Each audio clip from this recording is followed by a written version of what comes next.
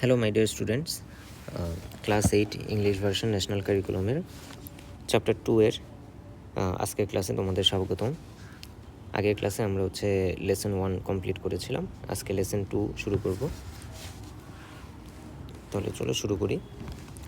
Lesson 2, the process of mitosis cell division. Mitosis cell ডিভিশনের প্রক্রিয়া। The process of mitosis takes place in two phase মানে হচ্ছে ধাপ। তাহলে দুইটা ধাপে মাইটোসিস পরিচালিত হয়। The nucleus divides in first phase and cytoplasm in second phase. প্রথম ধাপে নিউক্লিয়াসটা ডিভাইড হয় আর পরবর্তী ধাপে সাইটোপ্লাজম ডিভাইড হয়। The division of nucleus is known as karyokinesis. নিউক্লিয়াসের এই ডিভিশনটাকে বলা হয় ক্যারিওকাইনেসিস। ক্যারিও মানে হচ্ছে নিউক্লিয়াস, হ্যাঁ, আর সাইটো মানে হচ্ছে সাইটোপ্লাজম, আর division of cytoplasm is known as cytokinesis. Okay, তাহলে ক্যারিওকাইনেসিস, সাইটোকাইনেসিস এই জিনিসগুলো তোমরা জানো। Mitosis is a continuous process in which karyokinesis occurs first and then cytokinesis takes place. তো বলতেছে মাইটোসিস একটা হচ্ছে কন্টিনিউয়াস প্রসেস, চলমান প্রক্রিয়া, ঠিক আছে, চলতেই থাকবে। এর মধ্যে ক্যারিওকাইনেসিসটা আগে হবে, তারপর সাইটোকাইনেসিস হবে। Before starting karyokinesis and cytokinesis the nucleus of the dividing cell takes some preparation. অর্থাৎ ক্যারিওকাইনেসিস সাইটোকাইনেসিস হওয়ার আগে ডিভাইডিং সেলগুলো একটা প্রিপারেটরি ফেজ নেয়, ঠিক আছে। পরীক্ষার আগে কি আমরা একটা প্রিপারেশন নেই পরীক্ষার জন্য, ওই প্রিপারেশন ফেজটাকে বলা হয় ইন্টারফেজ, ঠিক আছে। The intermediary stage between two consecutive cell division is known as interphase ও রেস্টিং স্টেজ। তাহলে বলতেছে দুইটা কনসিকিউটিভ ফেজ, কনসিকিউটিভ মানে হচ্ছে পরপর, দুইটা পরপর সেল ডিভিশনের মধ্যে যে একটা ইন্টারমিডিয়ারি ফেজ থাকে, একটা মধ্যবর্তী পর্যায়ে থাকে, সেটাকে বলা হয় ইন্টারফেজ অথবা রেস্টিং স্টেজ। এটা কিন্তু আমাদের সিকিউ এর ABC এতে আসতে পারে, হ্যাঁ, অথবা MCQতে আসতে পারে যে ইন্টারমিডিয়েট স্টেজটাকে কী বলে, সেল ডিভিশনের আগে কোন স্টেজ হয়, তাহলে সেটা হচ্ছে ইন্টারফেজ অথবা রেস্টিং স্টেজ। এখন আসো division of nucleus or karyokinesis. The nucleus of dividing cell pass through a continuous complex process and complete karyokinesis. As cell division is a non-separable continuous process, it is not right to divide them into stages. তাহলে বলতেছে নিউক্লিয়াসের division বা ক্যারিওকাইনেসিসটা এটা হচ্ছে একটা continuous process এবং নন separable, যেটাকে আলাদা করা যায় না, হ্যাঁ, এরকম একটা প্রসেস। এজন্য এটাকে বিভিন্ন স্টেজে ভাগ করাটা উচিত না। Still for the benefit of description it is divided into 5 stage. কিন্তু যাতে বর্ণনা করতে সুবিধা হয়, যাতে আমাদের বুঝতে সুবিধা হয়, এজন্য এটাকে 5টা স্টেজে বর্ণনা করা হয়। কী কী সেই স্টেজগুলো? They are prophase, metaphase, anaphase, telophase. Metaphase, anaphase, telophase. এর মধ্যে তোমাদের সিকিউ এর জন্য সবচেয়ে ইম্পর্টেন্ট হচ্ছে প্রোফেজ, মেটাফেজ, অ্যানাফেজ। তাহলে চলো আমরা প্রোফেজ নিয়ে পড়াশোনা করি। Prophase, it is the longest stage of mitosis cell division, as this stage of following events occur. তাহলে এখানে এই স্টেজে এই স্টেপসগুলো হয়, ঠিক আছে। Nucleus become bigger in size, নিউক্লিয়াসটা সাইজে বড় হয়ে যায়, এবং ডিউ টু কন্টিনিউয়াস ডিহাইড্রেশন বা পানি শূন্যতা হইতে থাকে নিউক্লিয়ার রেটিকুলামে বা ক্রোমাটিন রেটিকুলামে, ডিহাইড্রেশন হইতে থাকে, পানি বের হয়ে যেতে থাকে। That condenses to form visible thread like structure known as chromosome.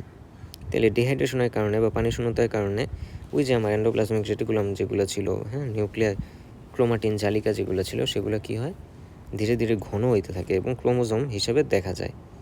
Then each chromosome divide longitudinally into 2 chromatid. তারপর ক্রোমোজোমগুলো পরপর 2টা ভাগে ভাগ হয়, যাতে বলা হয় chromatid. The sister chromatids are join together at their centromere. Sister ক্রোমাটিডগুলো জয়েন করে কোথায়? সেন্ট্রোমিয়ারে।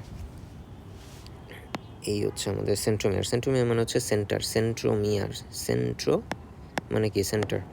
সেন্ট্রোমিয়ারে 2টা সিস্টার ক্রোমাটিড এসে জয়েন করে, ঠিক আছে। এখন কথা হচ্ছে যে পানি শূন্যতা হইলে কিভাবে ক্রোমোজোম কনডেন্স হয়, ঘন কিভাবে হয়। এখন মনে করো যে তুমি একটা মগের মধ্যে শরবত গুলাইছো, হ্যাঁ, চিনি দিয়ে, পানি দিয়ে।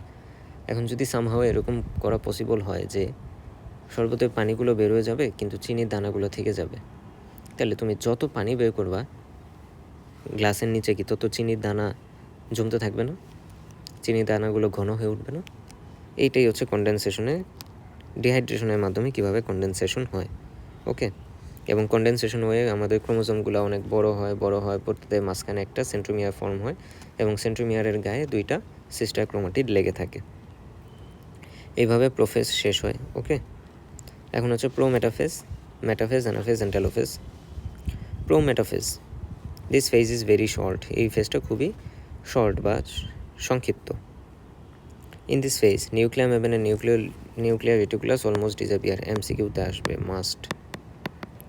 কোন স্টেজে nuclear membrane nucleolus almost disappear করে, কোন স্টেজে? এটা হচ্ছে প্রোমেটাফেজ। আর কমপ্লিট ডিসঅ্যাপিয়ার করে হচ্ছে মেটাফেজে। ঠিক আছে, তোমরা দেখবে এটা হচ্ছে এমসিকিউর জন্য খুব important topic. At the end of prophase spindle apparatus form, বলতেছে প্রোফেজের পরেই স্পিন্ডল অ্যাপারেটাস ফর্ম হয়। And accumulation of some protein fiber in the cell, এবং সেলের মধ্যে কিছু প্রোটিন ফাইবার অ্যাকুমুলেট বা জমা হইতে থাকে। The middle area of 2 pole of the spindle apparatus is known as equator. তাহলে এই 2টা পোলের মাঝখানে যে এরিয়াটা, যেটা সবচেয়ে মোটা একটা এরিয়া, এই যে এখানে যেটা আছে, এই এরিয়াটাকে বলতেছে স্পিন্ডল ফাইবারের বা স্পিন্ডল অ্যাপারেটাসের ইকুয়েটর।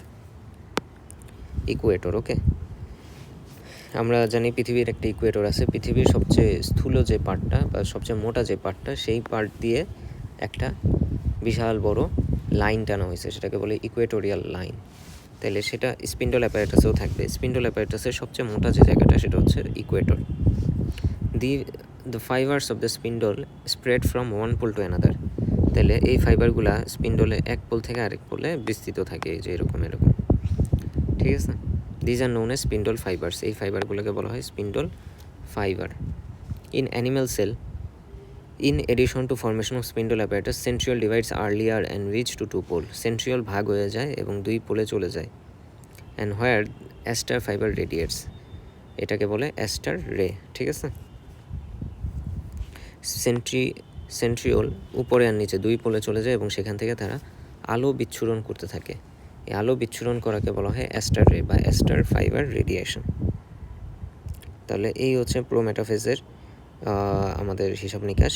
এখানে প্রোমেটাফেজ কিন্তু খুবই শর্ট একটা ফেজ, কিন্তু এখানেও কিন্তু অনেক গুরুত্বপূর্ণ বিষয় ঘটে থাকে, অনেক গুরুত্বপূর্ণ কি বলে মেকানিজম আছে। হ্যাঁ, স্পিন্ডল অ্যাপারেটাস ফর্ম হয়, স্পিন্ডল অ্যাপারেটাসে গিয়ে আমার নিউক্লিয়ার যে ইগুলো ছিল, ক্রোমোজোমগুলো ছিল, তাদের সেন্ট্রোমিয়ারগুলো ছিল, সেন্ট্রোমিয়ারগুলো ক্রোমোজোম ওই স্পিন্ডল ফাইবারে গিয়ে অ্যাকুমুলেট হয়। ঠিক আছে, এবং স্পিন্ডল ফাইবার থেকে অ্যাস্টারে দেখা যায় মেনলি হচ্ছে অ্যানিমেল সেলে, প্ল্যান্ট সেলে দেখা যায় না। এখন আসো metaphase. In this step all the chromosome come and locate at the equator of spindle apparatus and get attached to centromere by spindle fiber. তাহলে ক্রোমোজোমগুলো যেগুলো আমরা বলছিলাম ইকুয়েটর, স্পিন্ডল অ্যাপারেটাসে ইকুয়েটরে আসে এবং সেন্ট্রোমিয়ার দিয়ে স্পিন্ডল ফাইবারের সাথে অ্যাটাচ হয়।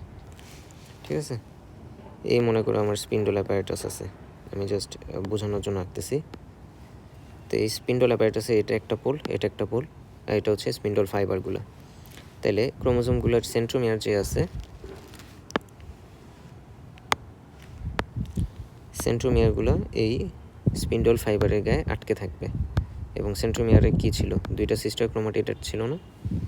এই সিস্টার ক্রোমাটিডগুলো পরে আবার ধীরে ধীরে ভেঙে হচ্ছে তারা নতুন নিউ ক্রোমোজোম ফর্ম করবে, সেটা আমরা দেখব সামনে। তো আপাতত এটা মনে রাখো যে মেটাফেজে ক্রোমোজোমগুলো হচ্ছে স্পিন্ডল অ্যাপারেটাসে ইকুয়েটোরিয়াল রিজনে পৌঁছায়। ইকুয়েটর মানে কি, এই রিজনে পৌঁছায় এবং স্পিন্ডল ফাইবার দিয়ে সেন্ট্রোমিয়ারগুলো অ্যাটাচ থাকে। পরবর্তীতে at this stage chromosome are found shortest, quite thick and clear. অর্থাৎ এই স্টেজে যে ক্রোমোজোমগুলো পাওয়া যায়, এই যে ক্রোমোজোমগুলো, সেগুলো কি থাকে, শর্টেস্ট থাকে, সবচেয়ে খাটো থাকে, থিক থাকে এবং ক্লিয়ার থাকে। এমসিকিউতে আসবেই মাস্ট। ঠিক আছে, এমসিকিউ যে মেটাফেজে ক্রোমোজোমগুলো কীরকম থাকে, short, thick and clear. Short, thick, clear. মনে রাখার ট্রাই করবা সবাই। তারপরে আসো anaphase. In this stage, the centromere of the chromosome now split so that two independent daughter chromosome, each with its own centromere, are formed. তাহলে বলতেছে এই যে আমি আগের ছবিতে একটা ক্রোমোজোম আঁকছিলাম যেটা মাঝখানে সেন্ট্রোমিয়ার ছিল, এই সেন্ট্রোমিয়ার যদি সামহাও ভেঙে যায় তাহলে কি হবে? যদি এই মাঝখান দিয়ে ভেঙে গেল তাহলে কি হবে? এই উপরের পার্টটা একটা ক্রোমোজোম আর নিচের পার্টটা আরেকটা ক্রোমোজোম হিসেবে ফাংশন করা শুরু করবে, ঠিক আছে? তাহলে এটাই বলতেছে অ্যানাফেজে, the centromere of the chromosome now split, সেন্ট্রোমিয়ারটা স্প্লিট হয়ে যায় so that two independent daughter chromosome each with its own centromere are formed. তাহলে দুইটা ইন্ডিপেন্ডেন্ট ডটার ক্রোমোজোম ফর্ম হয় উইথ ওন সেন্ট্রোমিয়ার, নিজের সেন্ট্রোমিয়ার দিয়ে। The chromosomes move towards the respective pole, ক্রোমোজোমগুলো তাদের নিজ নিজ পোলের দিকে আগাইতে থাকে। In this movement depending upon the location of the centromere chromosome takes different shape.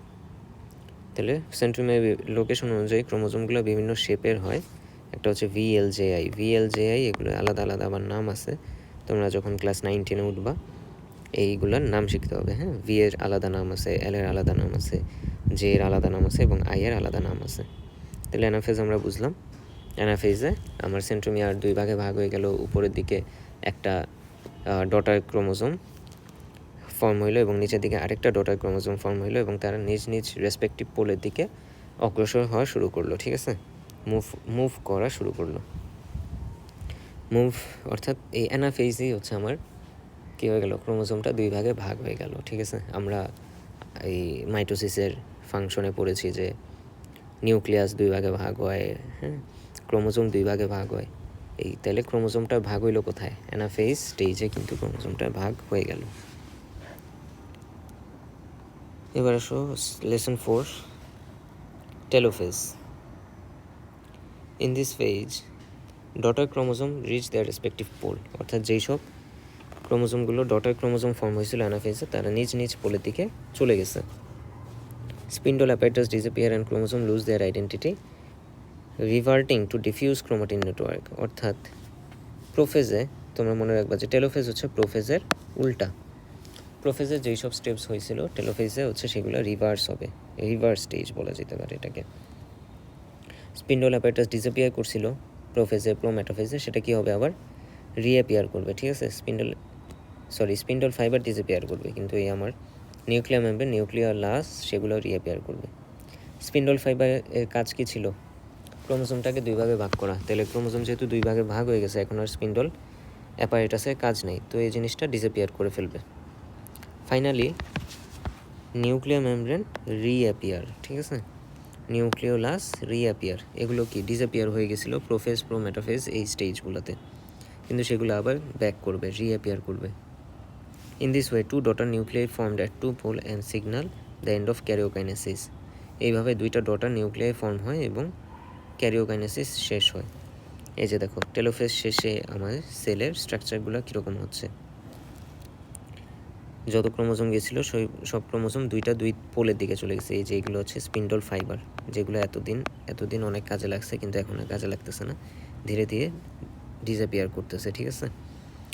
ওইদিকে যে ক্রোমোজোমগুলো গেছে সেই ক্রোমোজোমগুলো কি নর্মালি আগে ডিহাইড্রেটেড হয়েছিল এবং মোটা হয়ে গেছিলো, কিন্তু সেগুলার মধ্যে আবার ফ্লুইড পানি চলে আসতেছে, পানি চলে আসার কারণে এগুলো আবার হচ্ছে তোমার হালকা হয়ে যাবে, হালকা হয়ে জালিকা জালিকা জালিকা ফর্ম করবে, হ্যাঁ, নেটের মতো ফর্ম করবে এবং তাদের নিউক্লিয়ার মেমব্রেন চলে গেছিলো সেগুলো কি আবার রিঅ্যাপিয়ার করে ফেলবে। এই যে এটা হচ্ছে নিউক্লিওলাস, এটা যদি তোমার নিউক্লিয়াস হয় এরকম জালিকা জালিকা থাকে এবং মাঝখানে একটা বড় গোলের মতো থাকে, গোল বলের মতো থাকে, এটাকে বলে নিউক্লিওলাস। আর এই যে বাইরের দিকে যে লেয়ারটা সেটা হচ্ছে নিউক্লিয়ার মেমব্রেন, ঠিক আছে?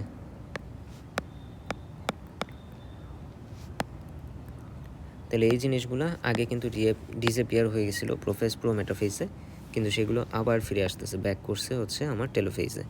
তো আলটিমেটলি একটা সেল থেকে কি দুইটা সেল হয়ে গেল না? এটা একটা কমপ্লিট সেল, এটা একটা কমপ্লিট সেল। মাইটোসিস কী ছিল?